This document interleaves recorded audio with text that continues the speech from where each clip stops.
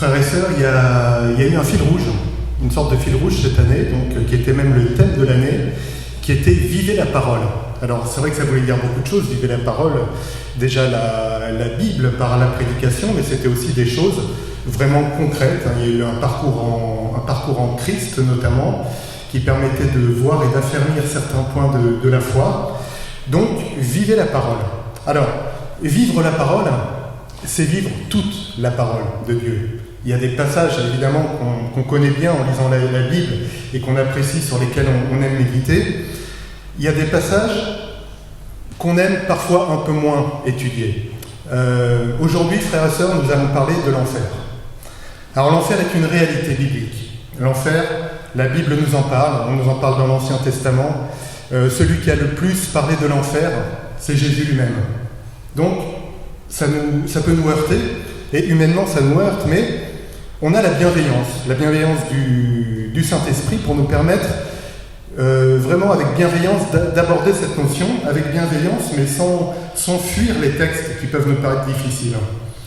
Alors, c'est vrai qu'aujourd'hui, le mot « enfer » a été complètement banalisé. Enfin, par exemple, une personne pourra dire « Oh là là, j'ai fait la queue un quart d'heure à la poste, en plus la clim était en panne, il y avait des enfants qui criaient « Mon Dieu, c'était l'enfer !» Voilà, on parle d'enfer pour tout et n'importe quoi, finalement sans plus trop savoir ce que le mot « enfer » vraiment signifie. Voilà, d'un autre côté, c'est quelque chose dont se sont emparés parfois des personnes qui sont un peu contre la foi chrétienne et qui peuvent dire vous dites, vous prônez, vous prêchez un Dieu d'amour, mais regardez vos textes, on parle de peines éternelles, on parle d'enfer. Comment pouvez-vous prêcher un Dieu et prétendre que ce Dieu est amour, et pourtant il y a l'enfer, il y a cette notion d'enfer. Donc c'est une notion finalement dont peut-être on ne parle pas assez, et du coup on laisse des gens extérieurs en parler à notre place. Du coup se trouvent beaucoup de fausses idées sur l'enfer, et de ce côté-là c'est une notion qu'on doit étudier. Alors on va lire un texte, le jugement dernier. Alors il y a plusieurs présentations du jugement dernier. Là, on va lire la lecture qu'en a Jean dans l'Apocalypse. On lit donc dans l'Apocalypse au chapitre 20, les versets 9 à 15. Les nations s'ébranlèrent sur toute la surface de la terre et investirent le camp du peuple de Dieu et la ville bien-aimée de Dieu. Mais un feu tomba du ciel et les consuma. Alors le diable qui les trompait fut jeté dans l'étang de feu et de soufre. Il y rejoignit la bête et le faux prophète, et ils y surviront des tourments jour et nuit pendant l'éternité. Ensuite je vis un grand trône blanc et celui qui y était assis. Le ciel et la terre s'enfuirent loin de sa présence. Ils disparurent sans laisser de trace. Je vis les morts, les grands et les petits, comparaissant devant le trône. Des livres furent ouverts, on ouvrit aussi un autre livre, le livre de vie. Les morts furent jugés, chacun d'après ses actes, suivant ce qui était inscrit dans ces livres. La mer avait rendu ses naufragés, la mort et le royaume des morts avaient rendu ceux qu'ils détenaient, et tous furent jugés, chacun conformément à ses actes. Puis la mort et le séjour des morts furent précipités dans l'étang de feu. Cet étang de feu, c'est la seconde mort. On y jeta aussi tous ceux dont le nom n'était pas inscrit dans le livre de vie. Parole du Seigneur.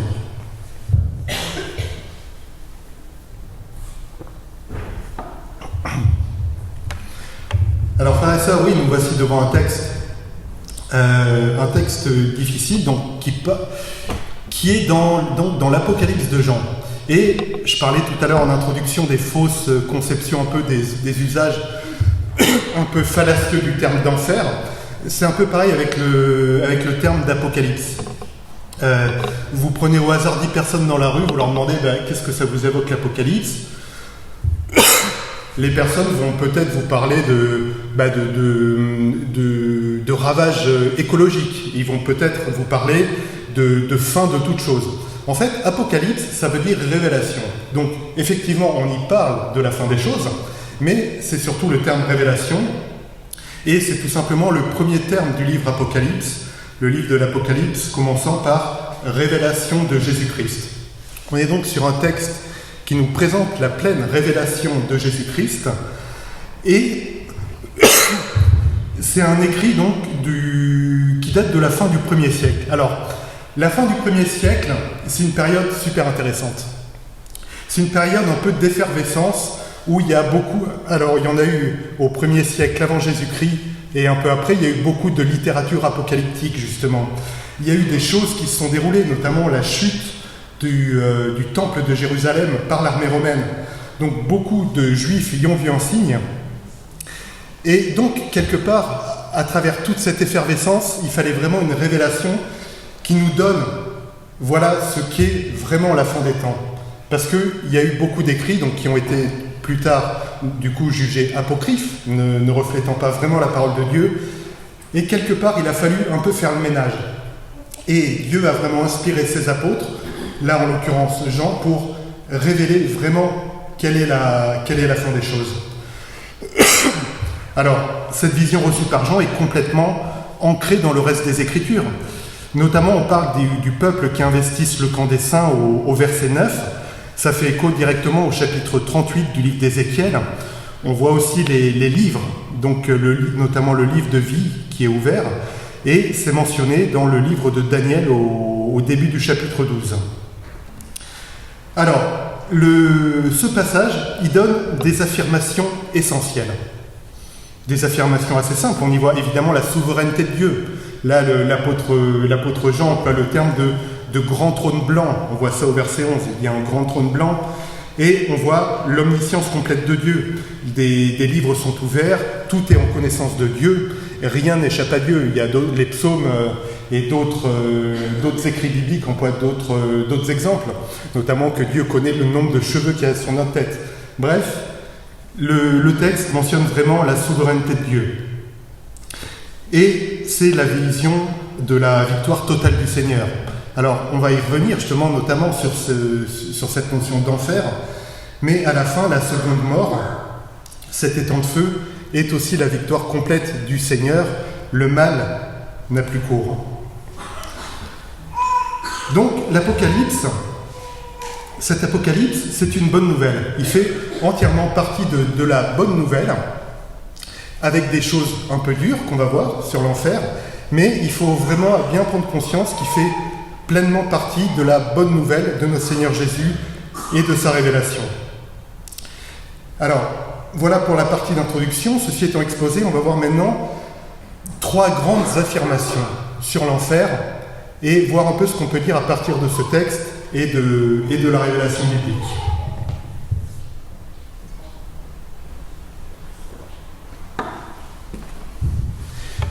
Alors, donc, 3 affirmations sur l'enfer. La première affirmation, c'est la plus évidente, mais elle est bonne à rappeler. L'enfer existe.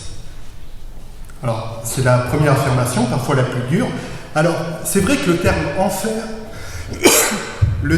enfer n'est pas dans la Bible. On trouve d'autres termes. Notamment, Jésus emploie le terme géhenne. On a ici le lac de feu. On trouve aussi le pressoir. On trouve la fureur de Dieu. Mais c'est vrai qu'on ne trouve pas le terme enfer. Pourtant, bon, il faut quand même avoir, je pense, une lecture très diagonale et très rapide pour en déduire que si le terme enfer n'existe pas, ça veut dire que l'enfer n'existe pas. Par exemple, nous confessons, et à raison vraiment, un Dieu, Père, Fils, Saint-Esprit, la Trinité. Le terme Trinité n'existe pas dans la Bible. C'est pas pour autant que la vérité de la Trinité n'est pas complètement biblique. Donc, l'enfer est parfaitement biblique. Et alors là, je vous cite, je peux pas dire mieux, un théologien contemporain, Bruce Milne, écrit ceci: nous ne pouvons nous soustraire aux preuves bibliques sur ce point. L'enfer est une réalité d'une indicible solennité. Donc, l'enfer est complètement biblique et affirmé bibliquement. Et malgré tout, alors, certains ont tenté de dire, en fait, il existe, mais pas tant que ça.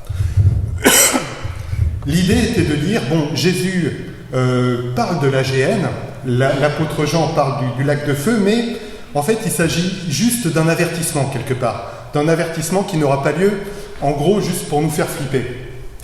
En gros, c'est un peu, alors, je sais pas si, quand j'étais, enfin, je suis pas vieux, mais quand j'étais petit, mes parents me racontaient que quand ils étaient petits, en fait, on disait à la période de Noël, un peu avant Noël, mon enfant, si t'es gentil, t'auras des cadeaux. En revanche, si t'es méchant, il y aura le père fouettard. Il y aura le père fouettard qui va venir, et du coup, tu n'auras pas de cadeau, et en plus, tu vas subir le père fouettard.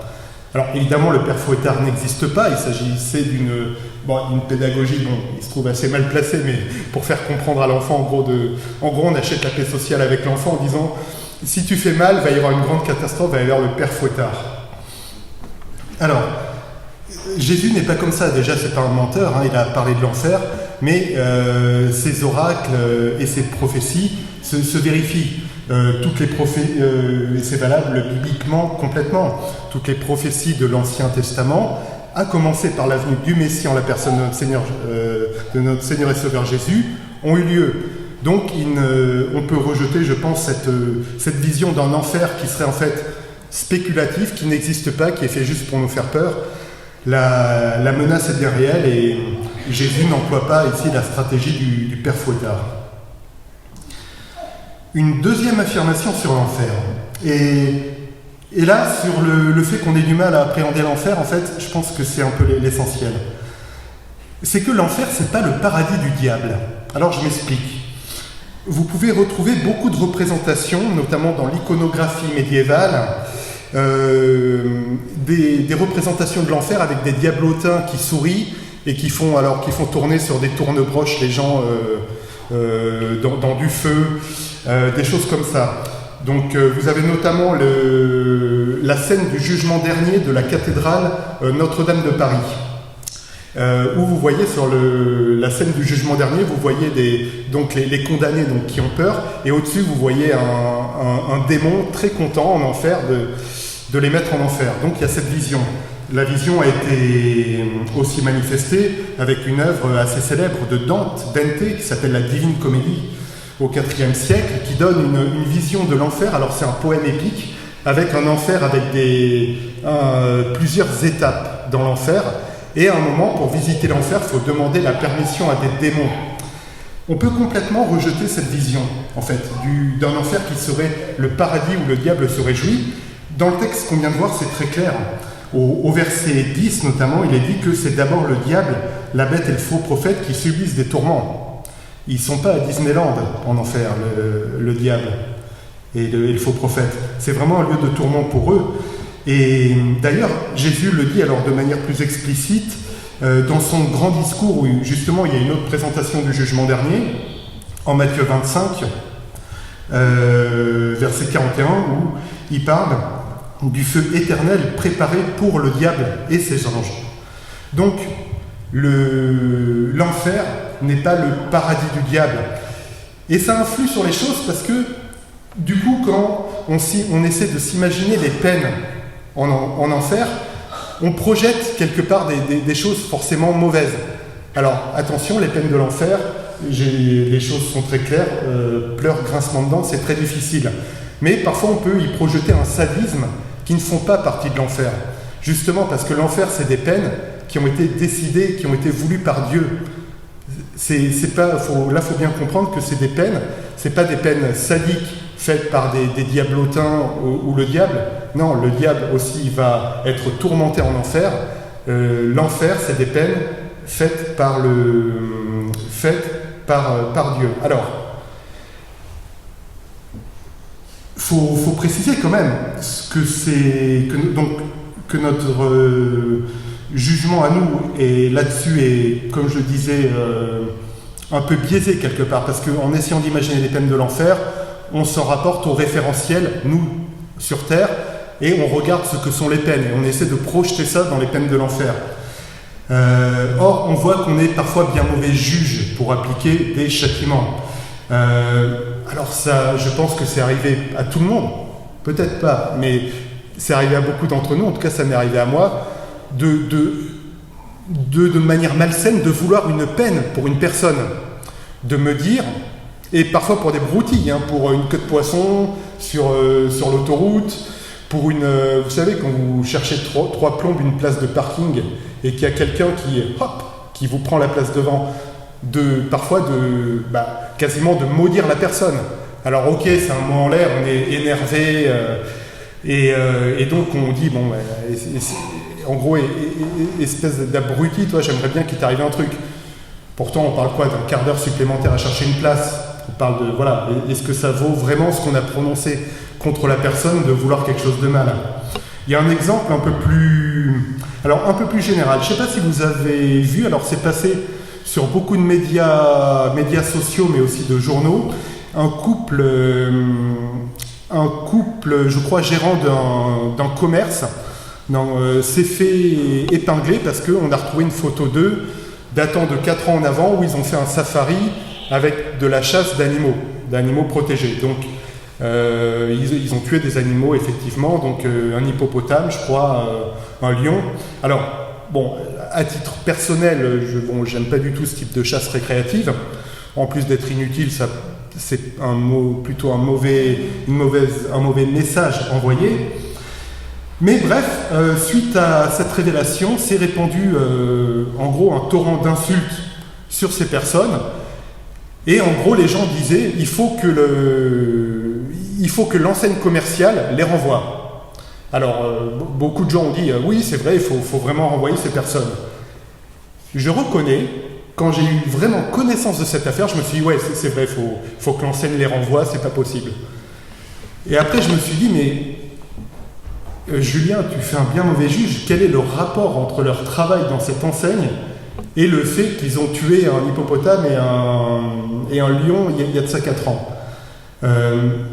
Il n'y en a aucun. Donc la peine appliquée à ces gens, à savoir pour le coup perdre leur emploi, et ils l'ont perdu, est-ce que vraiment c'est une peine juste par rapport à l'acte qui a été commis? Je suis obligé de dire je ne sais pas, j'en sais rien.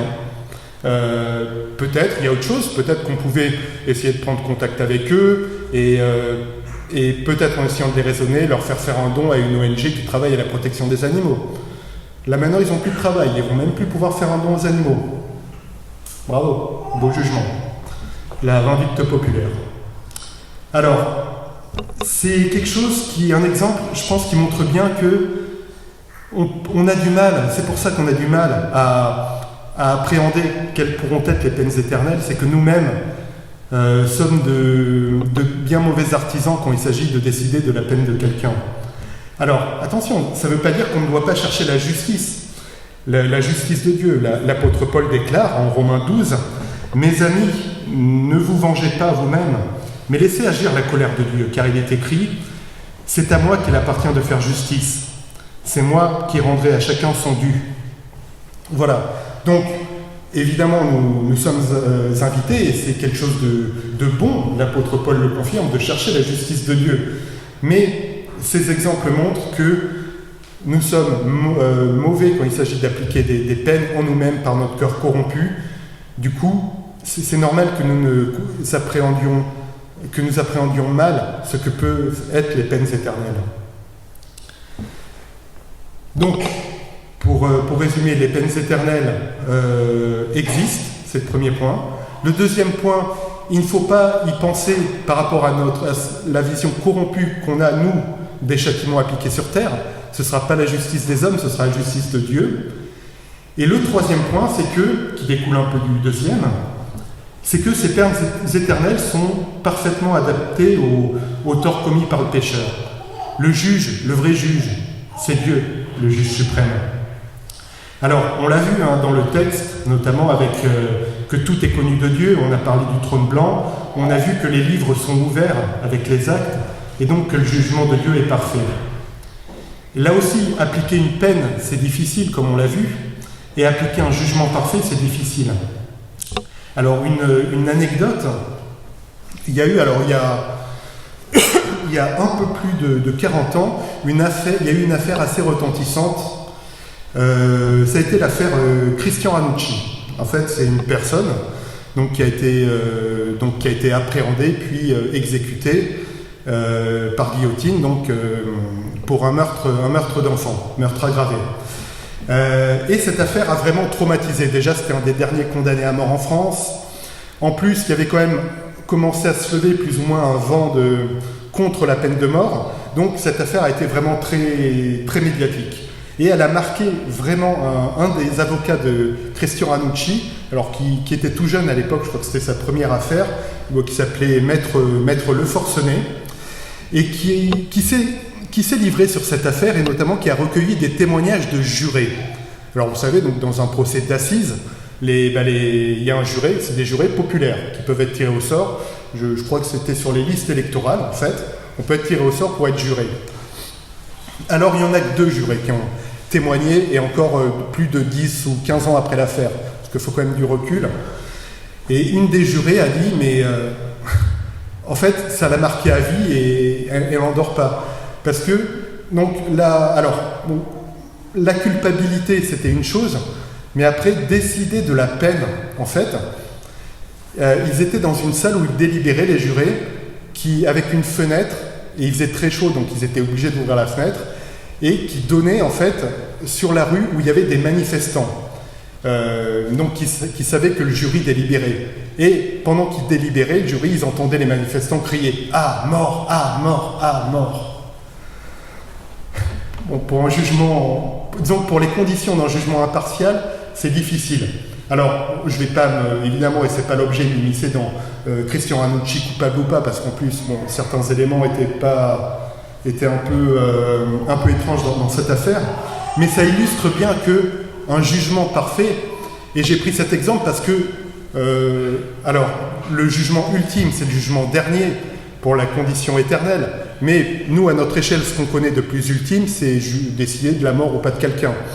On voit que c'est compliqué, c'est très compliqué, et donc Dieu, lui, a la parfaite justice. Et d'ailleurs, cette parfaite justice a même été mise en avant, alors bien avant Jésus, par les prophètes, qui montraient que ça allait être justement au retour du Messie une des caractéristiques.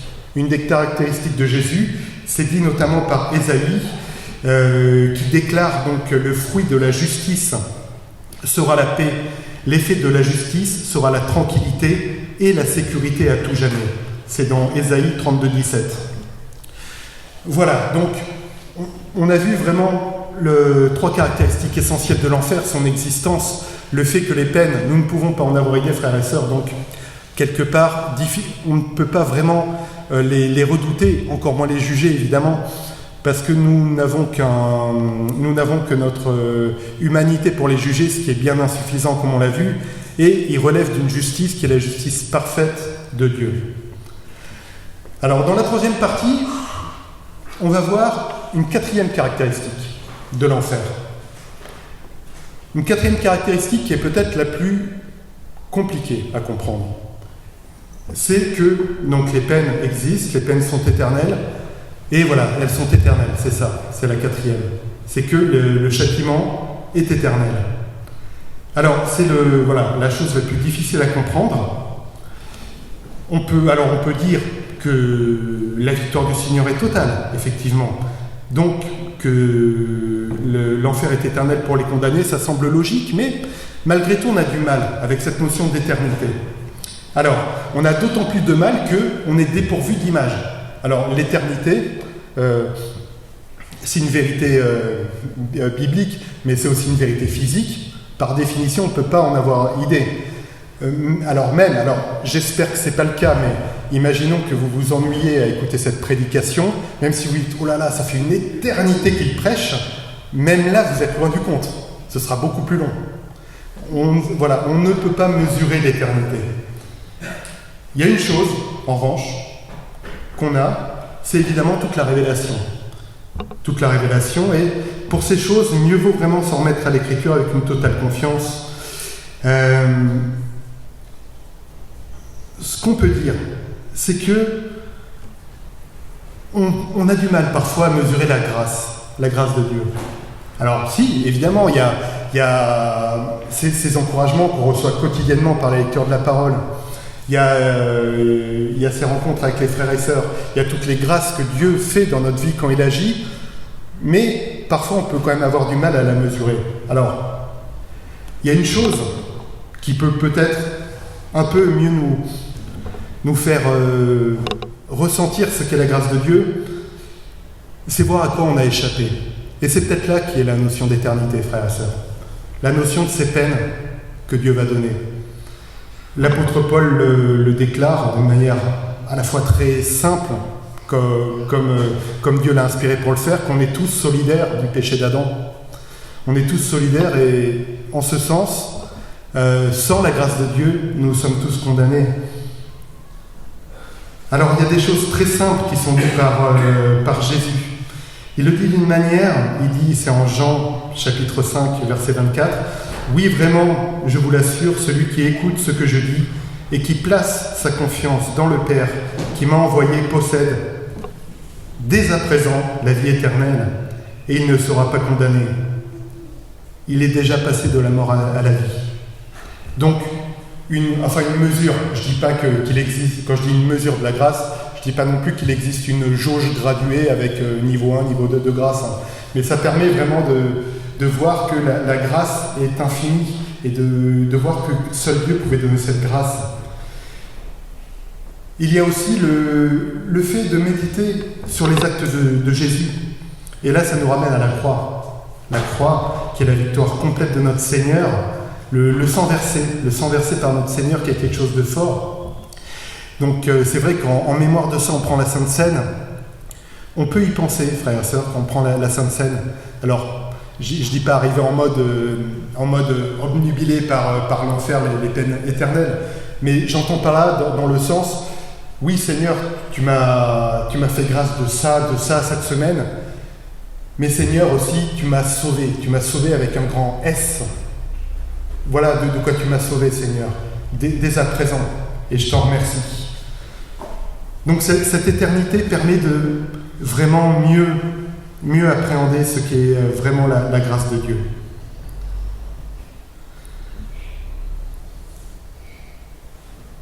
On peut dire aussi, et là c'est l'apôtre Paul qui déclare ça, il dit en Romains 5, verset 10, « Alors que nous étions ses ennemis, Dieu nous a réconciliés avec lui par la mort de son Fils.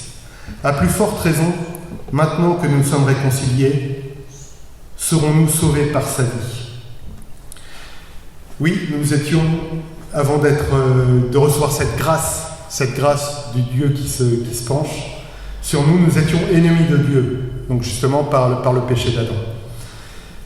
Alors frères et sœurs, oui, c'est des vérités graves. On peut parler vraiment de gravité quand on parle de l'enfer.